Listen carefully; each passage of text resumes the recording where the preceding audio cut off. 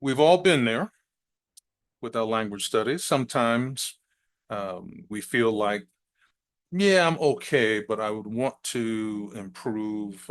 I'd like to get better, but it's just not happening. And that's true if you're an advanced beginner, an intermediate, or a lower level advanced speaker. You just sort of, you're doing the things to sort of stay where you are, but you're not really making the progress that you would like. Well, today I'm going to introduce a series that's going to help you with that. Mastering English Communication. This is a 1 year journey to success. So before you freak out and run away, uh, this particular lesson is just an introduction to a series of lessons. This is actually a 12-month series where I'm going to initially introduce each month a different topic and how you can go about working on those elements or that element of your English learning experience. So I'm releasing this program on a monthly basis specifically so you do not feel overwhelmed in the learning process, right? But of course, um, you can start it in January and work through until the end of the year in December. Or you can start anytime you want because it's going to be a 12-month process. And you're going to find it easy. Once a month, at the beginning of each month, a lesson is going to be released. But over time, you will have accumulated this lesson. So if you come in later in the process, you will have several lessons you can go through. The only thing that I'm saying is go through them in sequence whenever you come into the process. And that way you're able to have the learning experience and the improvement that you're looking for, right? So with that, welcome to our Business English and Everyday Social Conversation series. And this program will strengthen your communication skills in both formal, i.e. business, and casual settings. And of course, we are mastering English communication. So before we continue, let's just quickly revisit why we're doing this. Some of us, maybe our job told us, go ahead and do it. Maybe you've been sort of dabbling in English learning uh, over time. English is a second language. Maybe you're trying to improve your business English here and there. But this is a time to refocus because this is why strong English skills matter. Career advancement. If you're confident in your English speaking ability, you will stand out in meetings and networking events. Relationship building. You're able to engage in friendly conversations and build enriching relationships. Let's face it, it is much more natural for us to have, even if it's somewhat limited, a conversation in English with someone whose language or native language is English, or whose second, third, or fourth language is English, but they're very comfortable speaking it. It gives you a way to bridge that gap, and you don't have to hold your cell phone and looking at your translation app to get it done. You're just standing there having a natural conversation. Enhanced collaboration. So as you improve your vocabulary, pronunciation, and cultural understanding, you are in an environment and you're contributing to that environment's better teamwork.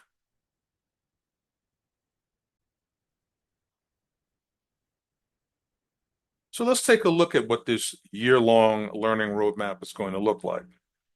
The first month to 3 is going to be essential business vocabulary and email writing skills. Right? And none of these are going to be super long. Remember, it's designed so that you can very quickly create a program for yourself that you can stick to for that particular month. So we don't want to make it long and drawn out. It's made to be something that you can implement quickly and crisply. Month 4 through 6, managing phone calls and delivering effective presentations. 7 through 9, negotiation techniques and networking strategies. And month 10 through 12, handling challenging conversations and cultural nuances.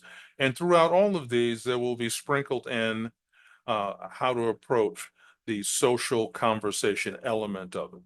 Right. And I may adjust some of these based on audience feedback because the goal here is to provide you with tools that will be beneficial to the learning experience and improvement of your English speaking skills. So we're going to do this by having some practical and engaging activities. And you'll be able to implement these in role-playing scenarios with some partner, or whether that's in a class environment, a group environment, or you have a language exchange partner. There are going to be some writing exercises that I suggest to help you improve your written communication through regular practice. And most of it will be centered towards business related writing, like emails, or maybe even putting together resumes, things of that nature. And then group discussions, engaging in lively debates to boost confidence and fluency.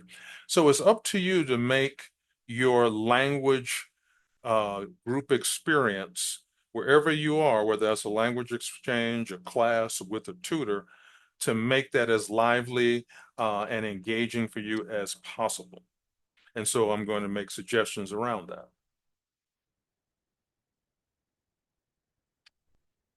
Now, we live in a global world. Clearly, we are more interconnected than ever. And this is sort of what we need to look at. It's like a pyramid, but let's just work our way from the top down. Cultural awareness. Right? Some of what I will touch on may be understanding global business etiquette. Confidence building. It's very important, particularly if you're doing business in the United States and in other English-speaking environments, such as the UK, Australia, etc., that you speak up in meetings without fear. You have to have that confidence, and that confidence will come from practice. Then fluency development. Basically techniques to help you with your ability to engage in natural flowing conversations. And then, of course, networking skills, connecting with colleagues, clients across different environments from diverse backgrounds. So in terms of getting started on your journey, you want to actually be honest with yourself and assess your current English level. Doesn't matter where it is, it's just a place for you to start and improve. So this is only between you and you, you and yourself. And then plan, set personal goals for this particular year that you're going to operate in. And the reason you want to set personal goals, maybe is you want to go from what I would call a solid intermediate to a lower level advanced. Or if you're lower level advanced, you want to go to advanced. If you're advanced, you want to go to fluent. Whatever that means for you. Or you want to become better at interviewing for particular positions, so it helps your career. Being able to give better and more effective presentation. Whatever that means for you, the answer is correct because it's for you. And then what type of daily learning activities are you going to engage in? Right? You have to identify those.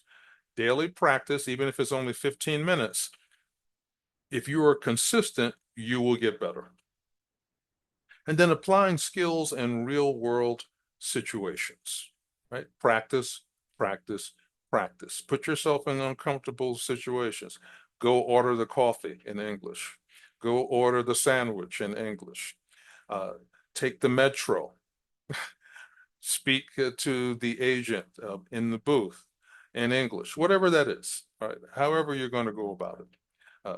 But put yourself there. And if you make a mistake, the interesting thing is most people that you interact with, right, they are going to be nice. They're going to, if you ask for help, they're going to give you help. If you ask for a correction, they'll give you a correction. Are there some jerks in the world? Of course there are. right? But most people are not, especially if they themselves have been language learners. They get it.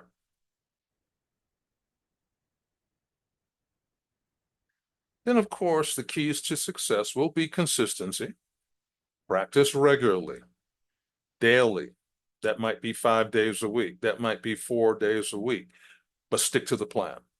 Have patience with yourself. Remember that language learning is a gradual process. I know you're going to see YouTube videos and they're going to speak to becoming fluent in 30 days or whatever. Some dramatically short period of time, and you don't have to open a book. You don't have to do anything. You're just going to sort of sit there and the language will go into your ears on its own. Well, I don't know how to do that.